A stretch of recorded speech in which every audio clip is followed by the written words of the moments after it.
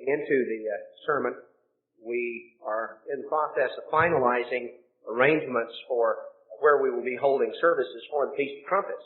And it looks like we're going to be hosting it in Lafayette again this coming Holy Day. Now, I solicit your prayers on that. In this way, we have been combing things in Baton Rouge and in Lafayette, and the only place that we have been able to come up with in both areas is a very nice facility at USL, and it's a real nice place there, a real nice auditorium there in the Student Union. But we've talked to them and we've seen it, and the only thing we need is official approval from USL's board that they want to rent to us. They have asked on 2 or 3 occasions, well, now exactly what are you going to be doing? Well, we're going to be having a church service. Well, they call about, well, now exactly what are you going to do at this service? I don't know if they think we're going to pass snakes around and handle them or what. I decided against humor by making some, offhanded comment of, well, we're going to sacrifice bulls and goats, or I thought, better leave something like that unsaid. They'll take it seriously, and that'll really throw them into a dither. So, I finally, we talked to them. I thought we'd explained it, and then they called back Mr. Alvarado, and they told him that they needed some information in writing as to exactly what it was that we had in mind. So, I have dispatched them a letter detailing out the things that we have in mind, and so I appreciate your prayers that they will, everything will get lined out. We'll see how fervently everybody prays, because at this point, if this doesn't work out, the alternative is that we all go to the Baton Rouge Church Hall in Prairieville and we put everyone in with a shoehorn. Because it's just about going to be that tight. I think we can. I'm told that they can get that many people in there. I hope that we don't have to prove it, this trumpet. So anyway, your prayers are appreciated.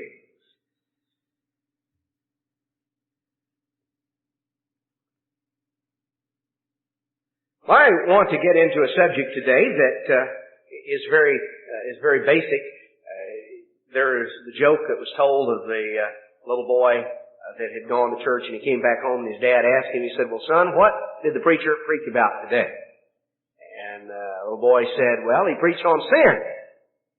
And the father said, well, what did he have to say about it? He's against it. So, that's kind of a broad generality. I guess the little kid felt he was pretty safe on those guesses.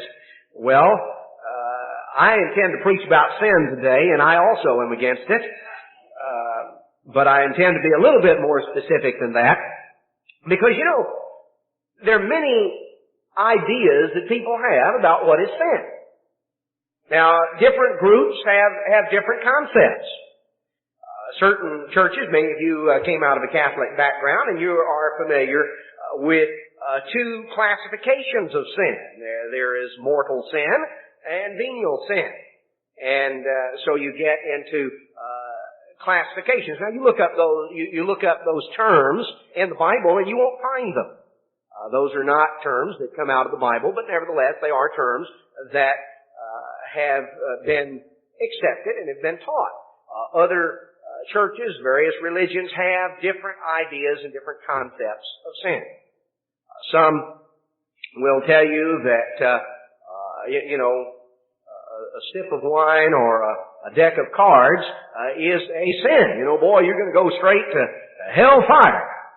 And I can remember I remember as a boy growing up in a particular Baptist church, and we had a particular preacher who was really down on dancing. And he would save up every year about the time when the school prom was going to be held, and he would preach his sermon on dancing. And he was really down on that. He never called it dancing. He always referred to it as shaking a wicked leg. So he was really down on that. He considered that the height of sin. And different ones have different concepts. Now you look through the Bible, and you have trouble, figuring out where some of these definitions came from because they didn't come right out of the Bible. You look in the book of Ecclesiastes, for instance, where we're told there's a time for this and a time for that, and a time for other things, and we're told that all things have, a time and purpose under heaven, and we're told there that there's a time to dance. A time to dance, time to mourn. So God says that. There's even a description of David dancing, bringing in the ark, and talks about dancing in the streets. The young, old men and children and young women and the whole works there in the picture of the millennium, of the time of Christ's rule on the earth. So many of the definitions that people have, that people cling to, ideas, concepts of what is sin. You can come up with all kinds of definitions depending on the background out of which someone comes. You have different ideas, different definitions. People think, well, this is sin, or that's sin, or other things are sin. You were to just ask people, it'd be incredible the number of definitions you'd get. Now, most of us are very familiar with a very simple definition found in 1 John 3:4, where we're told that sin equals the transgression of the law. And we have gone through and we've expounded that many times, that sin is the breaking of God's law. And so we have to go back to the Scriptures to find out what is God's law. We find that God's law is based on love, and that it involves love toward God and love toward neighbor. Loving God with our whole heart and loving our neighbor as ourselves. These are the two principles, Jesus said, on which hang all the law and the prophets. Everything else derives out from those two basic principles. We're familiar with that. The aspect that I would like to go in this morning, though, differs a little bit, not in the sense that it disagrees, but the approach that I want to focus on, since we are familiar with that definition of sin, the realization that sin is the transgression of the law, what we may not be familiar with is that there are many different words in the Bible that are all translated sin. Our Bible it was originally written in the Hebrew and in the Greek language. There are many different words in the Bible that are all translated sin, and they carry different shades of meaning. I would like to focus in on some specific words that are used in the Old Testament, and I think that as we understand that God names things, and He inspired a very colorful vocabulary to be used in Hebrew, that in fact, in the Hebrew language, there are about 15 different words for sin. 15 different words that all mean sin.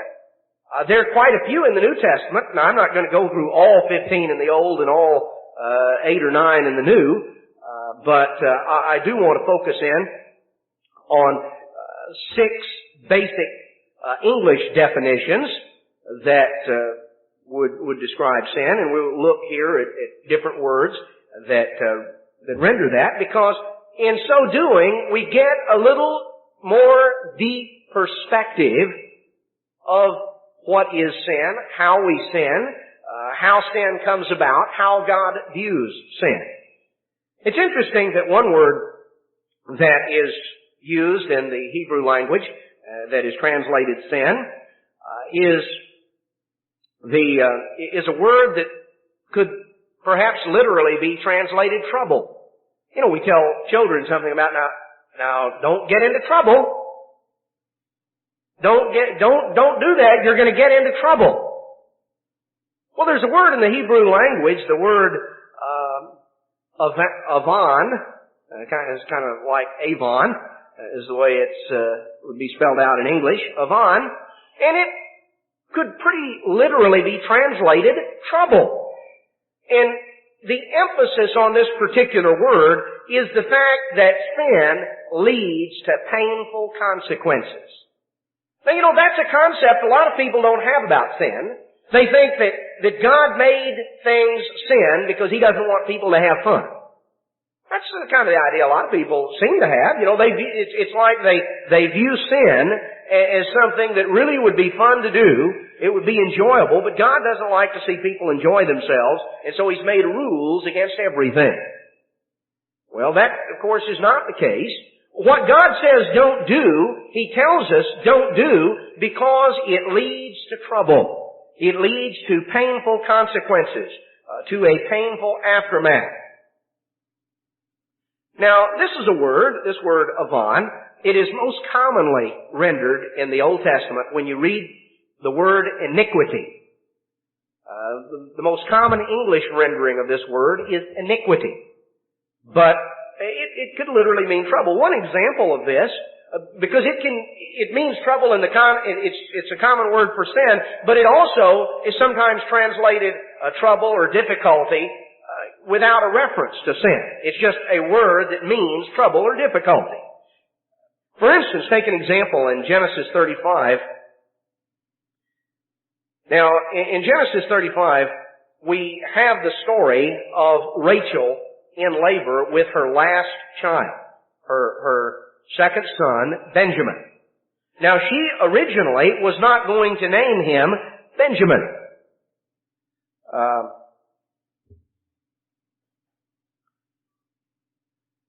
Let me read here in Genesis 35, verse 16. They journeyed from Bethel, and there was but a little way to Ephrath. This is an area that later was known as Bethlehem. Just a little ways to Ephrath, and Rachel travailed. She had hard labor. And it came to pass when she was in hard labor, the midwife said unto her, "Fear not, you're going to have this son also." So the midwife was encouraging her that yes, it's going to work. Well, it came to pass as her soul was in departing, for she died. She was she did deliver the son, but she died in childbirth. That she called his name Benoni, as it's rendered here in English, or Ben Avani, it would be another Hebrew rendering. His father, however, called him Benjamin, and Rachel died and was buried on the way to Ephrath, which is Bethlehem. So she was dying, and she named this son Ben Avani. Now that means son of sorrow or son of trouble. That was what she started to name him. That was what she called him. He was the son of trouble, the son of real difficulty, because she was dying in that labor. And so the word here, the root word that's rendered here with his name is this word avon, which means trouble, a painful, difficult time. And his father, however, didn't want to call him son of trouble, so he called him Ben Yamin, which meant son of my right hand instead of son of trouble. So you get see, God inspired this particular word, which simply meant trouble. He inspired that to be the word that is very commonly used throughout the Old Testament to describe sin. It's a word that can refer just to trouble or difficulty, but it is a word that is very descriptive of sin because it focuses in on the consequences of sin. Sin always leads to trouble. Sometimes people have the idea, I hope no one finds out because then I won't get into trouble. Well, brethren, it's not that if no one finds out, I won't get into trouble. When I transgress, I am in trouble. I am bringing trouble upon myself. There are troublesome consequences. There are painful consequences that are automatically resulting from sin. It's a word that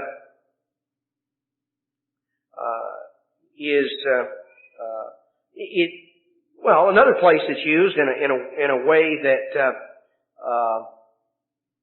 here refers to trouble or mourning in Deuteronomy 26:14, where it is talking about the specific context here in Deuteronomy 26 had to do with the tithing structure that God had given Israel, and in verse 12 it makes reference to what the Jews termed a third tithe, which of course was not paid every year, but rather the third and sixth years of a 7-year cycle. And it was specifically used for the widows and the orphans. And so in verse 12, it's mentioned when you've made an end of tithing all the tithes of your increase the third year, which is the year of tithing, that's the year that it all fell, and have given it to the Levite, the stranger, the fatherless, the widow, that they're within your gates, then you're to go before God and say, you at the end of that time are to claim a special blessing. And that's what God told them. You're to claim a special blessing at the end of that year. You're to go before God and say, I have brought away the hallowed thing out of my house.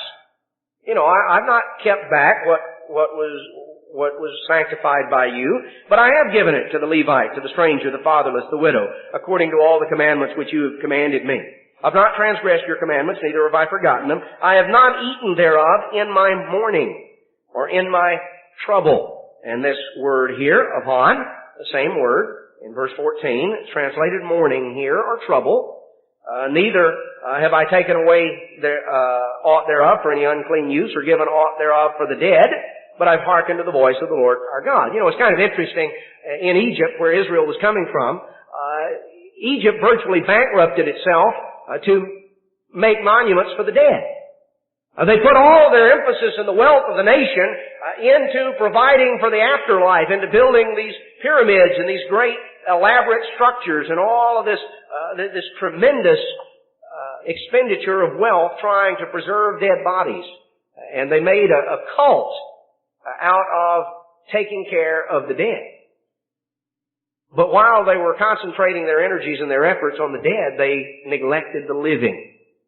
You know, that same principle we find today. I've seen sometimes funerals that I have attended where people seem to be the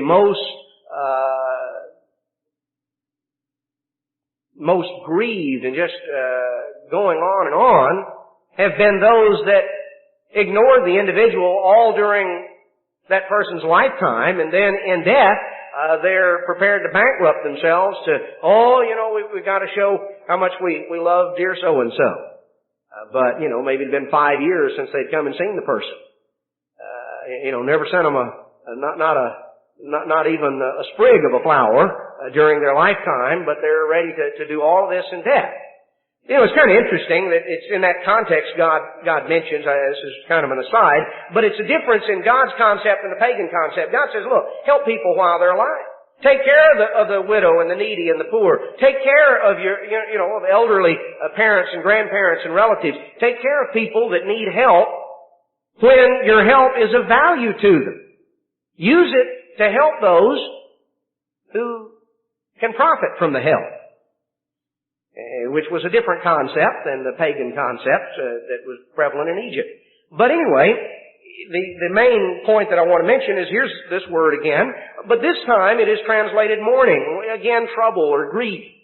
So here's a word that meant trouble, that meant mourning, that meant grief, that meant this difficulty.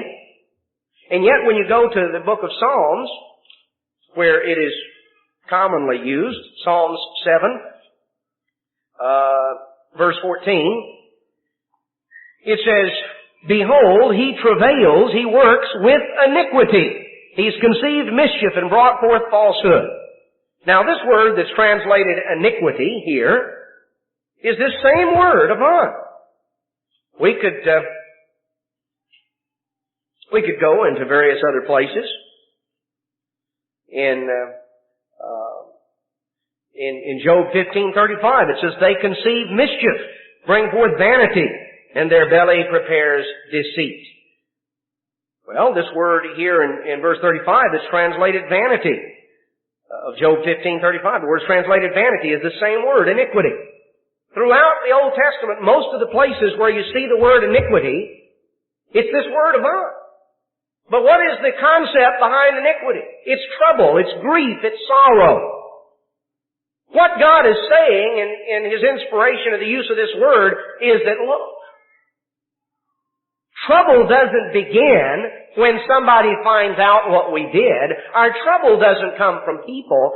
Our trouble, our grief, our sorrow is the natural effect from the cause of sin, of iniquity, of law breaking. When we turn aside it produces painful consequences in our lives. God tells us not to sin because He loves us, and He doesn't want us to get hurt. So that's really the first concept of sin that we see in the Old Testament, is it's a matter of getting hurt. Now there's another word that is also translated sin. The word ra'ah, you could spell it R-A-A, ra'ah.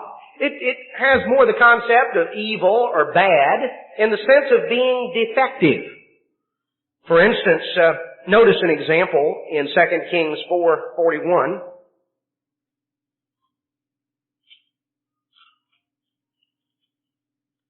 2 Kings 4:41. Here is an example that describes here some food that evidently there's some plants that had been gathered and this stew made, and it turned out that there was something poisonous in there. And this is the description here of something that a stew that had been made, and turned out maybe some mushrooms or something had been put in there that were poisonous. And so verse 41, they spoke to Elisha, and Elisha said, "Bring meal." And he cast the meal into the pot, and he said, "Pour out for the people that they may eat." And there was no harm in the pot. Now the word translated harm here, there was no evil thing, or there was nothing defective. It was not, Elisha performed a miracle, and everything became okay, whatever it was that was there that was poisonous was cleaned out. But the concept is there was nothing defective. There was nothing that was no evil thing, nothing that was bad in that sense. Another place where the word is used like that is in Proverbs 20 verse 14. And it talks here about two people, about somebody negotiating on a sale. And in verse 14, it is not, says the buyer, but when he goes away, then he boasts. So, it's talking about somebody coming to buy something, and they're standing there haggling, and they say, that's no good, that's defective, it's not worth 2 cents. Oh, it's not worth anything. So they try to get the guy down, and when they walk away, then they're bragging, "Hey man, look at this bargain I got." Now, the word that is translated not here, which means nothing or defective, is this word, ra'ah. So the person is saying to the buyer is saying to the seller, "Oh, that's defective. I think there's something wrong with that. You shouldn't be charging full price. That doesn't look, I don't think it's worth that. I'll give you so and so for it." And they're trying to negotiate. They're saying that this product isn't particularly good, that it is defective. And of course afterward, well, they're real glad. They think they got a real bargain. And, here's this word again, a word that simply means defective. It means there's something wrong with it. It means something that's bad. And it's used in that sense. But it's also used in the sense of morality, in the sense of right and wrong. That is the word that Moses used, God inspired Moses to use in Deuteronomy 30 verse 15. Where he told Israel, "See, I have set before you this day life and good and death and evil." The word is translated evil here in Deuteronomy 30 verse 15 is this same word, ra'ah. God says that sin is defective. It is a defective lifestyle. It is a worthless, poisonous, defective, bad lifestyle. When Moses summed up what he set before Israel, the choice that he gave them, he's saying, "I set before you good and evil. I set before you what is good, what is wholesome, what is healthy, what is profitable, and what is defective, what is bad, what is worthless." So that's the contrast that's drawn. another word that is translated sin. It's the word that's most commonly translated evil in the Old Testament. When you read the word evil, most of the time it comes from this word ra'ah, which simply means defective. It could be talking about, some bad food you got a hold to that maybe had started spoiling. Or it could be talking about defective merchandise you would see in a store. Or it could be talking about lifestyle, conduct. Because you see, what do all those things have in common? They're defective. They're not what they ought to be. That's another concept of sin. Sin is evil. Sin is defective. It involves defective conduct. There's a defect. There's something that is not healthy and wholesome. Now, let's look at another word. Here's a word that carries a little different concept. This carries another concept, and that is the concept of rebellion. It is the word pasha, and it's a word that would, in a fairly literal sense, in fact, some places it's just simply rendered rebellion. So this is a concept of sin, that sin involves rebellion, or sin can involve rebellion. Now we're going to see a little later that all sin does not involve an intentionally rebellious attitude. But a rebellious attitude is a sin. In Hosea chapter 8 and verse 1, it says, "Set the trumpet to your mouth. He shall come as an eagle against the house of the Lord, because they have transgressed my covenant and trespassed against my law." Now the word that is translated trespass here, trespassed, in Hosea 8 verse 1, is this word, pasha, which means rebellion. They have rebelled against my law. God refers to this nation as having rebelled against His law, of having resented the authority of the law of God and a rebellion against that authority, because rebellion is a resentment of the authority over us. It's a word that's used back in Isaiah 48 in verse 8.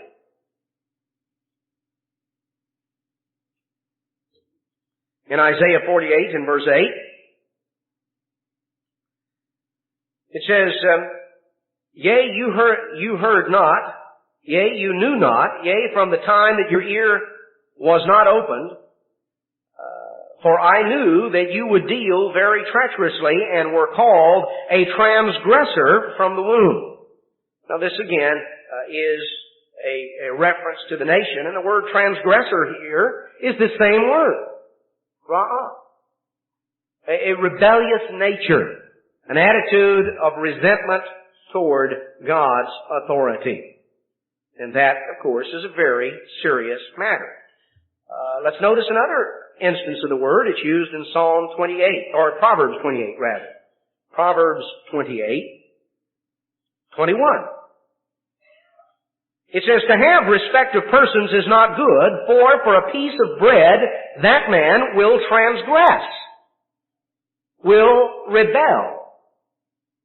The word transgress here is the same word as ra'ah, rebellion. It says, to have respect of persons is not good. To show favoritism with people. For a piece of bread, that man is going to rebel. In other words, if he starts to get ahead, somebody offers him a little more.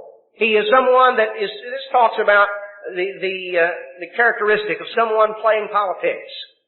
Someone who is not consistent in his behavior and his attitude toward people. He is not someone that treats everyone in a fair and impartial way, but he tries to play the angles. And if he thinks it's to his advantage, he will butter up to this person and treat him better, treat him differently. But it says for a piece of bread he'll transgress. You give him a little bit and he'll rebel. He will go over to the other side. It's a word that, this word ra'ah, has the concept of rebel, of an intentional disloyalty, a resentment toward authority, a disloyalty. So that's a concept of sin, of transgressing, of rebelling. It might be described of the attitude of the nation toward God's law. It might be described here as the attitude of someone toward other people with whom they deal. That they're not to be counted upon. That they're not people that are fair, that are honest and honorable and above board in all their dealings, but they will go over one way or the other depending on whether it is to their advantage. Maybe notice just one other use of the word in Psalm 37 verse 38. It says, "The transgressors shall be destroyed together. The end of the wicked shall be cut off." The transgressors are the rebels. So it's used in the sense of those who are going to be destroyed. That's the consequence. Ties in with Mr. Tigen's sermonette. That's what God is going to do with the sinners, with those who are rebellious against His laws, who will not yield to Him, is they're going to be destroyed. Not simply tortured forever, but destroyed. The end of the wicked will be cut off. So this concept of pasha, of rebellion, an attitude of disloyalty and resentment toward the authority of God, and disloyalty in our relationships with others. A transgressor, a rebel. Now there's another word that is used, zema, that has to do with a scheme, a plot, evil that is planned and premeditated ahead of time. That's a different concept. See, a different thing. This word for rebellion or pasha has to do with an attitude, a state of mind, one of resentment toward authority, of disloyalty to a person or a cause, the attitude of rebellion. Other words that we've seen have to do more with consequence or with a category of catalog of what sin is like, that sin is defective conduct or it's conduct that leads to trouble. This is a word, zema, that has to do with a scheme, a plot, something, an evil plan, something that somebody has hatched up in their mind. It involves premeditated evil. It's the word that's used in Genesis 11 verse 6.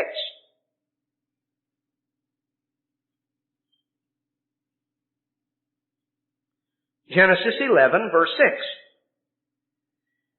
The Lord said, "Behold, the people is one. They have all one language, and this they began to do, and now nothing will be restrained from them which they have imagined to do." The word that's translated imagined here, we're going to see a little later, it's a word that's also used for sin. It's translated imagined here, but the concept is the people have planned something, and it is an evil thing. It's a plot. They have started on this Tower of Babel, and nothing that they can scheme or plot is going to be restrained. Because they're going to carry out all kinds of schemes and plots if we don't do something to stop this. Now, the root word here of zema can be used of any plan, even in the sense of being discreet or using discretion. It can't.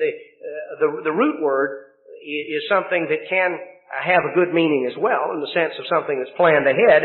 But it is a word that, used in a negative sense, has to do with an evil plan, a plot, a scheme, something that is hatched up ahead of time for no good purpose. The Tower of Babel was the beginning of a plot, a scheme that was going to lead to all kinds of consequences.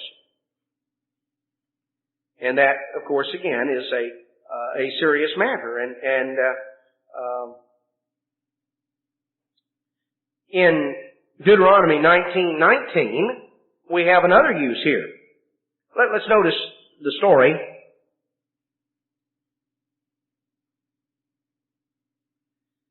Let's pick it up in verse 16 of Deuteronomy 19. "If a false witness rise up against any man to testify against him which is that which is wrong."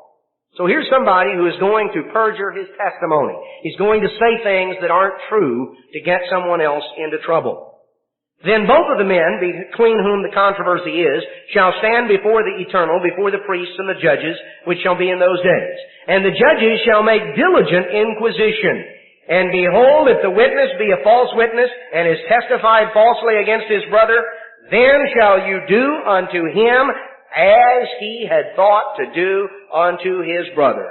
So shall you put the evil away from among you.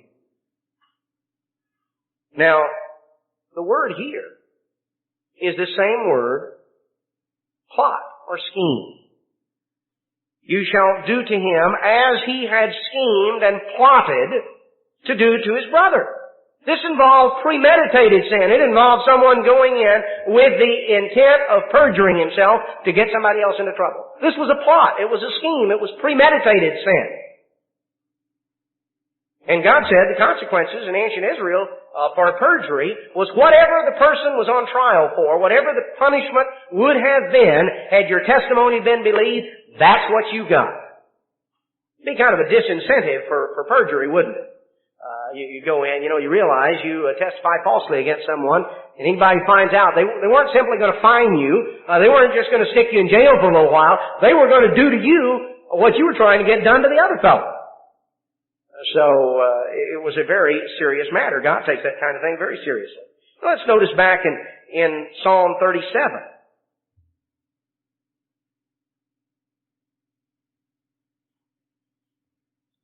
In Psalm 37, in verse 12, here we notice the same word. The wicked plots against the just and gnashes upon him with his teeth. Now, this word here is translated plot. It involves premeditated sin. The wicked plots against the just. It involves premeditated sin. It is a plan, a scheme to defraud, to take advantage of, to misuse. It's a very serious term, a very serious concept, and something that God absolutely hates. This attitude of someone sitting down and plotting and scheming to take advantage of someone else, to misuse or abuse another human being. In Proverbs 30 verse 32 it says, if you have done foolishly, Proverbs 30 verse 32, if you have done foolishly in lifting up yourself, or if you have thought evil, now here it's translated thought evil, lay your hand upon your mouth. If you have plotted something, then you better stop before it goes any further. So this is a concept of planned evil. Now, I want to look at two other English concepts that I want to spend a little more time on, and in each of these we will notice different words. Another concept. We've seen the concept of trouble, the concept of what is defective, the concept of rebellion, the concept of plots and schemes. Fifth concept is the concept of guilt. The concept of guilt. Now there are three different Hebrew words that carry this connotation. The connotation that someone is alienated from God. Someone is guilty. One of these words is a word that rasha. In a literal sense, it generally refers to the breakdown of social relationships. Something that is wicked, is criminal, something that violates the rights of others, that does damage to the community. It's a word that God used in describing some of the kings of ancient Israel and Judah, and some of the guilt that was the result of some of their actions. In 2 Chronicles chapter 20 and verse 35, for instance, it says, after this did Jehoshaphat, king of Judah, join himself with Ahaziah, king of Israel, who did very wickedly. Now, if you go back in this description of Ahaziah as one who did very wickedly, who did things that produced a lot of guilt. It is a word that specifically had reference to the way that he carried out his community responsibilities, the way he dealt with others in the position and the authority that he had. For instance, in 2 Chronicles 22 and verse 3, it refers here to Ahaziah, again, describing him, and it says he walked. Well, actually, this is Ahaziah, the king of Judah, and it says in verse 3, he walked in the ways of the house of Ahab, for his mother, Athaliah, who was Jezebel's daughter, his mother was his counselor to do wickedly, to misuse other people, to treat others in a wrong way. His mother, in this case, was not a counselor to do right, but a counselor to do wickedly. It had to do with violating the rights of others in the community. You know, a good example, Jezebel was notorious for that. You remember the story where she hatched up this plot or scheme to steal Naboth's vineyard for Ahab, to violate what was right, to violate the rights of others in the community, to mistreat. And it has to do specifically with a breaking down of relationships that ought to exist among people in a community. And this is a serious matter. And the word is often rendered guilt, or it is rendered wickedly, here as it is in verse 3. It's a word that's often rendered wicked. And it has that concept of what is wicked or what produces guilt. Another word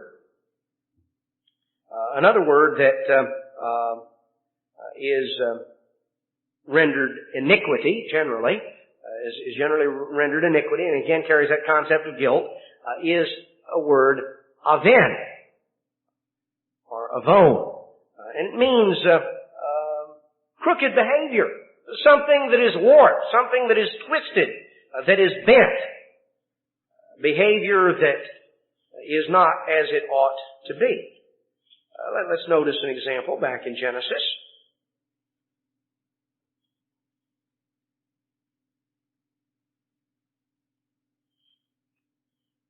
In Genesis chapter 15,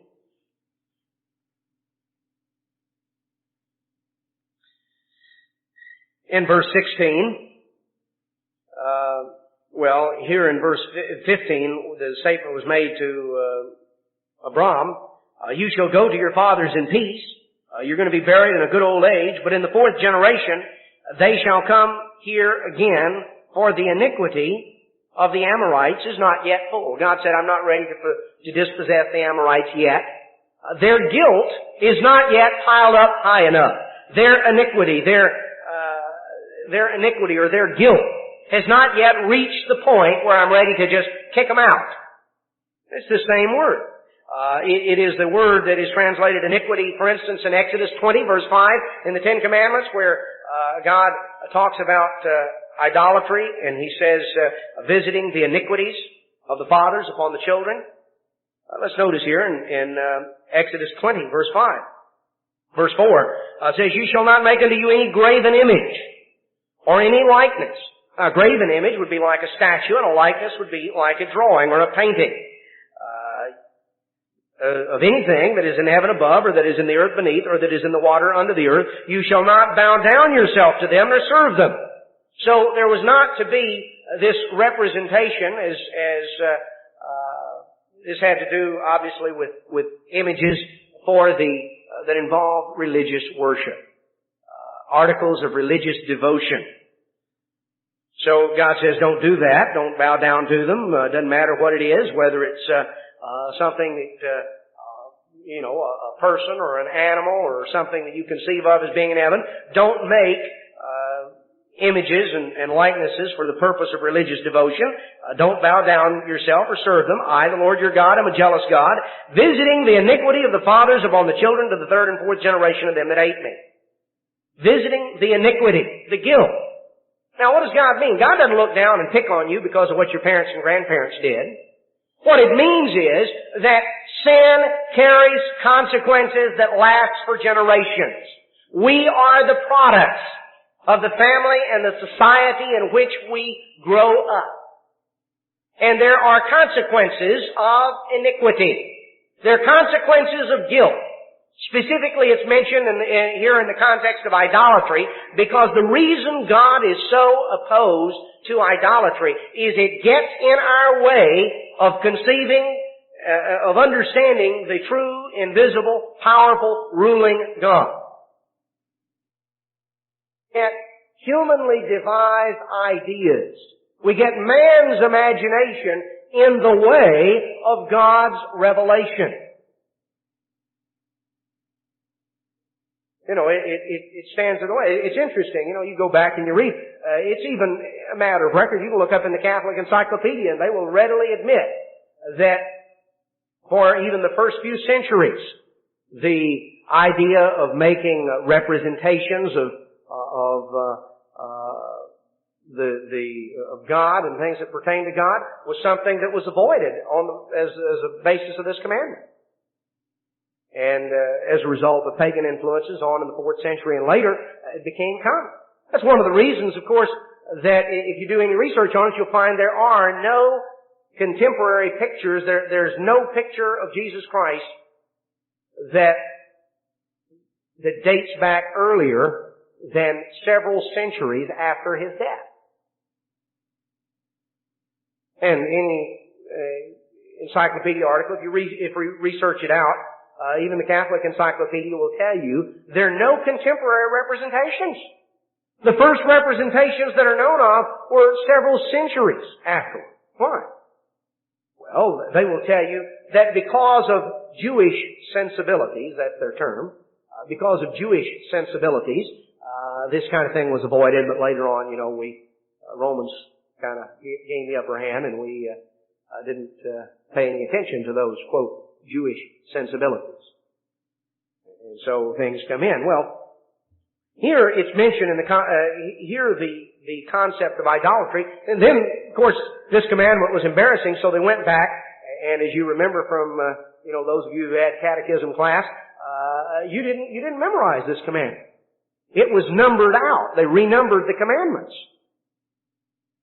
There's no question as to the commandments, and the Jews, of course, have preserved it, and it's mentioned that there were 10 of them. It says in Deuteronomy, there were 10, so if you're going to leave one out, you had to go in and divide up covetousness into 2.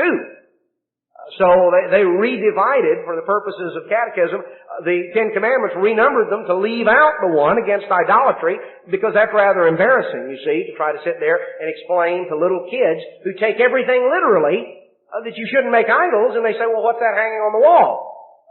So that's embarrassing. You see, they didn't want to be in the position of doing that, so they decided the simplest thing to do to leave it out. Just don't tell them that one, and then we'll split up the one on covetousness into 2. Don't covet your neighbor's wife, and don't covet your neighbor's house, and we'll say, well, that means, that's 2 totally different commandments. Well, when Christ summarized them in the New Testament, He listed covetousness as being one. I just don't covet. But the point is that when it says visiting the iniquities, it's used in the sense, idolatry inevitably has cut people off from God. It has introduced, and people can make idols out of many things. We think of idolatry as being somebody bowing down to some leering statue, Dagon, the fish god, or whatever. But people can concoct various ideas, various images. Their idolatry involves false images, false concepts, things that interfere with, that get in our way of worshiping the true and living God. And it produces iniquity. And those iniquities go down from generation to generation in the sense that there are consequences of guilt. A whole society becomes cut off from God through idolatry, and as a result of being cut off, there are all kinds of other problems that come in. In Psalm 103, verse 3, where it talks about God who forgives all your iniquities, who heals all your diseases, the word iniquity, same word here, avon. It means iniquity. It means that which involves guilt. Now, let's look at another word that carries on this concept of guilt, of being alienated from God. It's a word that's usually rendered trespass. It is the word asham, and it means alienated from God or trespass. In Leviticus chapter 5 and verse 7, it's rendered as a trespass offering. In Isaiah 53 verse 10, a prophecy of the Messiah, it talks about Christ offering Himself as a sacrifice, as an offering for sin, as a trespass offering, an offering for sin, and it's the same word, asham. It is a word that is used in again, various places, generally rendered trespass. In Proverbs 14:9, it says, fools make a mock at sin. Now, it's rendered sin here. It's the same word, asham. Fools think sin is a joke. They think that guilt, that trespass, that guilt that required the sacrifice of Jesus Christ, they treat it as a joke. They treat it lightly. They don't view sin as a big deal. They view it as a joke. So, sin involves the concept of guilt. It involves trouble. It involves what is defective. It can involve rebellion. It can involve scheme or a plot. It can involve the concept of guilt. And there's one other concept, and this is the one that is most frequently used in the Old Testament, and it is the one, I think, that applies most commonly to us. And it is the word that means wandering off. Wandering off. Missing the mark.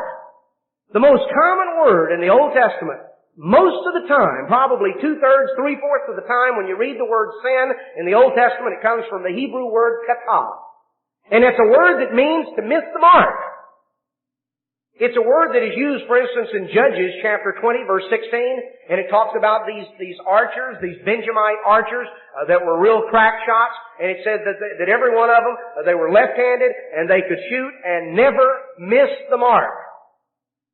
Never miss the mark. They were excellent crack shots with a bow and arrow. And it refers to this whole contingent of Benjamite troops that were crack shots that never missed the mark. The word that's used there is the word kata. And that's the word that most of the time you read the word sin, it's used. That's what sin very frequently involves. It involves missing the mark. Now, these Benjamites didn't miss the mark when it came to archery. But when you read the story in Judges chapter 20, you find out they missed the mark on something more important. They missed the mark spiritually. But they didn't miss the mark physically. It is to miss the mark. It doesn't mean a premeditated plot or a scheme. It doesn't mean rebellion. It means missing the mark. And this is something that we all have to be on guard. It's a word that is used over and over. In Genesis 4:7, when God warned Cain was in a foul attitude because God had not approved his sacrifice. God warned Cain and He said, sin lies at the door. And its desire is going to be to master you and to rule over you. Don't let it happen. The word is translated sin there in Genesis 4:7 is this word kata. Missing the mark. You know, Cain, you're beginning to deviate. Now, if you ever, in school, if you ever studied any trigonometry, if you ever studied the plotting of trajectories, one of the things that you realize is that at the point of origin, if there is the slightest deviation, the further you go, the wider that deviation becomes. The further the mark is missed. Now, for instance, when they were going to be sending the first men to the moon, they did a lot of plotting of trajectories. Because if they had missed the mark by so much as a fraction of an inch on Earth, by the time it got 240,000 miles up in the air, it would have missed the mark by a long shot.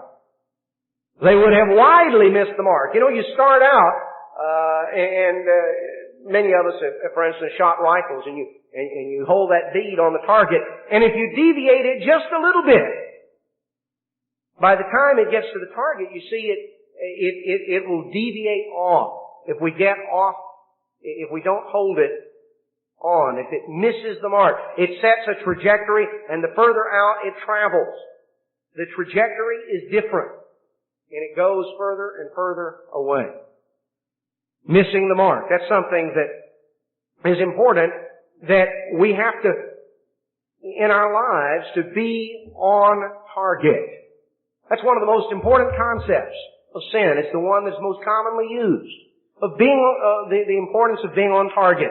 Of not missing the mark. We could go through scripture after scripture because, as I say, most places in the Old Testament where the word sin is used is a reference to kata. Now there's another word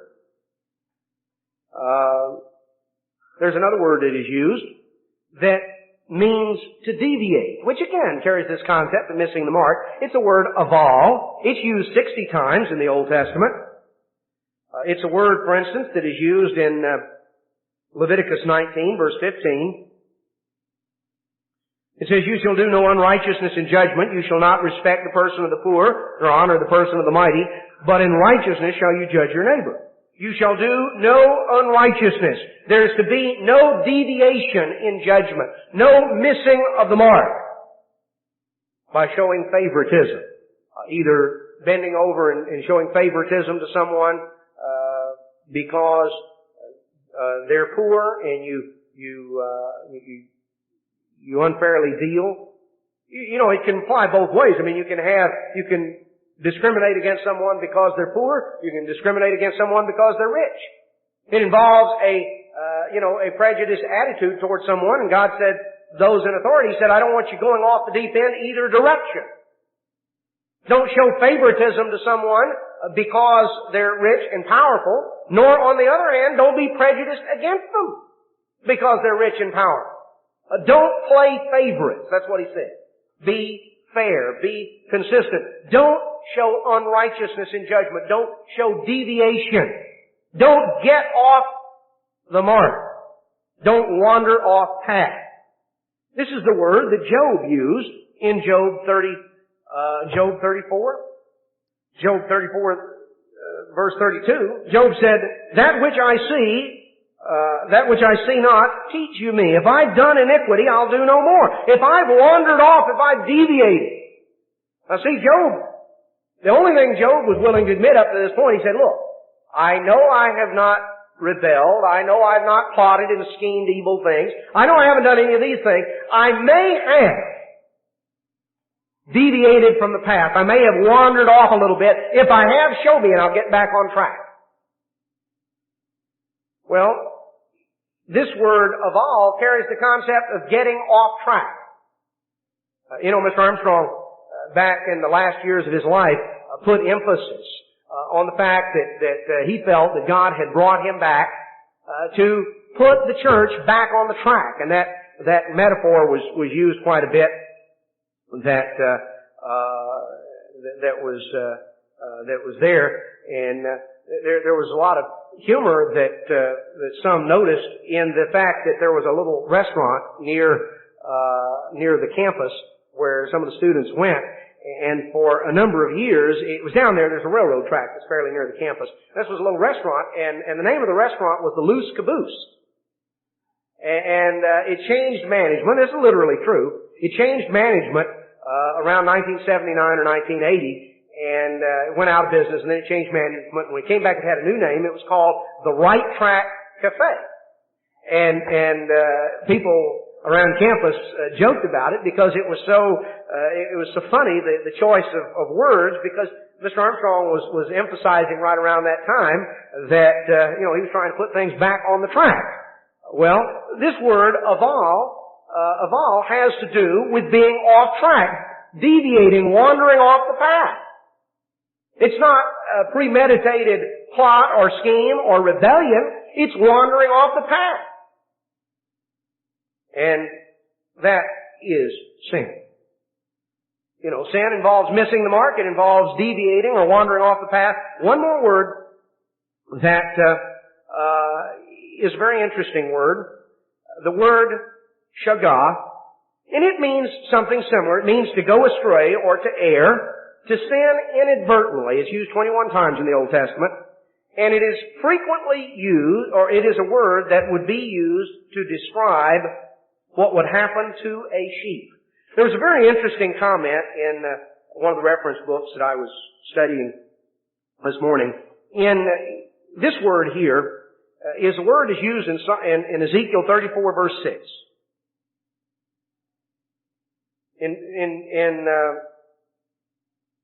Notice in verse 5, Ezekiel 34:5, they were scattered because there is no shepherd, and they became meat to all the beasts of the field when they were scattered. My sheep wandered. Shagah. My sheep wandered through all the mountains and upon every high hill. Yea, my flock was scattered upon the face of the earth, and none did search or seek after them. It's talking about God's people, talking about sheep wandering off. The commentary made an interesting observation this morning, or it made the observation all along. I read it this morning. The observation was, how do sheep wander off? How do sheep go astray? They nibble themselves astray. What do? They nibble their way to being lost. The sheep is, he's trying to eat, and he looks over here and he sees a little green sprig, he sees a little grass, and he thinks that looks pretty good. So he goes over there, and he, eats that, and then he looks, and he sees something a little further over, and he wanders, and he keeps going, and pretty soon, he's wandered off away from the other sheep, and he's off in the woods somewhere, because the grass kept looking a little greener on the other side. The sheep didn't start out to get lost because he said, hey, what I really want to do is to be attacked by wolves today. It's just kind of my ambition as a sheep, is to, have the wolves swoop down on me. No. But the sheep wanders astray. God compares His people here to wandering astray. To, in a sense, kind of nibbling their way along. That's one of the reasons that compromise is such an insidious thing. Because when we began to water down and to compromise little things, we began to, a little green sprig over here, and another one over there, and another one over here, and something else there. It's interesting, in the book of Proverbs, this word is used in 3 different occasions. And it's kind of interesting. It's, as I mentioned, it's used 21 times in the Old Testament. It means to go astray, but it's interesting the context in which it's used in the book of Proverbs. In Proverbs 20, verse 1, it is used in the context of wine and strong drink. Now, if you look at it here, when it talks about that wine is a mocker, and whoever is deceived by it is not wise, it uses it in the context of someone going astray, being led astray through the abuse of alcohol. Now, there is a right use. Certainly we know that. We understand. Jesus turned water into wine. It's not that any use of alcohol is wrong, but there are an awful lot of people whose lives have been grossly distorted and destroyed as a result of being made a fool out of by alcohol. That's why it says wine is a mocker. And that is, in the book of Proverbs, when it uses this word, shagah, it uses it in the context of alcohol. It uses it in the context in Proverbs 5 of seductive, strange women. And in Proverbs 19 and verse 27, it uses it in the concept of an inability to reject the wrong kind of instructions. The wrong kind of instructions. It says, for instance, in Proverbs 19:27, cease, my son, to hear the instruction that causes to err from the words of knowledge. So the causes to err here is this word, shagah, to go astray. You listen to the wrong kind of instructions. So it's interesting that on the basis of Proverbs, how does Proverbs focus in on sheep going astray? Sheep in the sense of people. It focuses in on the misuse of alcohol. It focuses in on getting involved with in the wrong use of sex, specifically what is termed the strange woman of Proverbs 5. It also involves hanging around with the wrong people, taking the wrong kind of advice, wrong associations. You know, the point is, so many times when people began to play with some of these things and began to get further and further off, they began a trajectory that takes them off track. We're told in the New Testament that Satan the devil goes about as a roaring lion, seeking whom he might devour. Which sheep is he going to devour? Those that have wandered off. Those that have wandered away. This is a concept that sin involves wandering off. It involves a deviation and missing the mark. It involves wandering off. We can't afford to nibble ourselves astray. You know, continually looking at the grass looks a little greener over here, a little greener over there, and we kind of nibble along, you see, on the way. It's a very important concept. And I think the concept that perhaps has most relevance to us, because the most likely problems for those who are God's people to be involved in are those that involve a wandering away. Somehow missing the mark, kind of wandering off, getting the trajectory wrong, and beginning to get further and further astray. Though any of these concepts, sin involves trouble, it involves that which is defective, it involves rebellion, it can involve plotting and scheming, it certainly involves a concept of guilt and alienation from God, and it involves most frequently simply wandering off track. Wandering off, missing the mark. Brethren, God uses a very rich vocabulary to describe what is sin. Uses many different words for sin in the Old Testament as well as the New.